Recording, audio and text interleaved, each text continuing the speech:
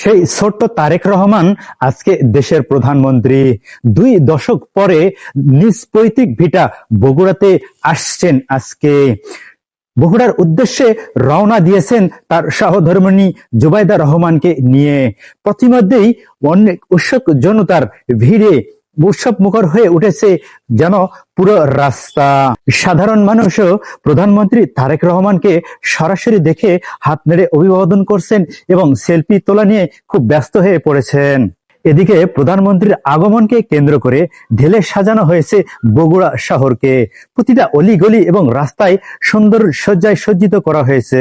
আর এই মঞ্চে এসেই বগুড়া শহরকে সিটিতে ঘোষণা করবেন। তারপর যাবেন নিজ পৈতৃক ভিটা গাবতলীর বাগবাড়িতে।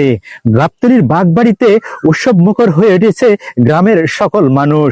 এদিকে গ্রামের প্রতিটা বাড়িতে বাড়িতে নায়র এসা শুরু হয়েছে, যেন প্রধানমন্ত্রীর আগমনে উৎসব মুখর হয়ে উঠেছে গাবতলীর বাগবাড়ির নিজ পৈতৃক ভিটা তারেক রহমানের। সবশেষে বগুড়া আলতাফুন্নেসা খেলার মাঠে এই মঞ্চেই সমাবেশ করবেন।